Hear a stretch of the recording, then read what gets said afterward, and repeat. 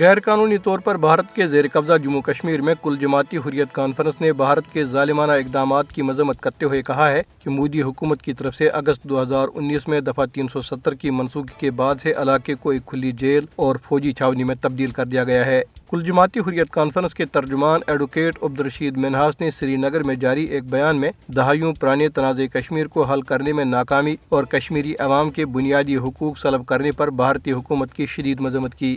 انہوں نے افسوس کا اظہار کیا کہ مقبوضہ علاقے کے ساتھ ایک نوآبادیاتی کالونی جیسا سلوک کیا جا رہا ہے۔ انہوں نے عالمی برادری پر زور دیا کہ وہ تنازع کشمیر کے منصفانہ حل کے لیے اقوام متحدہ کی سلامتی کونسل کی قراردادوں پر عمل درآمد کرے۔ بھارتی فورسز نے مقبوضہ جموں کشمیر کے مختلف اضلاع میں محاصرے اور تلاشی کی کارروائیوں اور گھروں پر چھاپوں کے دوران کئی نوجوانوں کو گرفتار کر لیا۔ بھارتی فوجیوں، پیراملٹری اور پولیس اہلکاروں نے راجوری، پونچھ، ادھمپور، ڈوڈا اور ریاسی اضلاع میں شہریوں کو نشانہ بنایا۔ کارروائیوں کے دوران مکینوں کو ہراساں کیا گیا اور اہم دستاویزات اور ڈیجیٹل آلات ضبط کیے گئے۔ سری نگر، جموں اور راجوری شاہراہوں پر پابندیاں مزید سخت کر دی گئی، جس سے عام لوگوں کو شدید مشکلات کا سامنا کرنا پڑا۔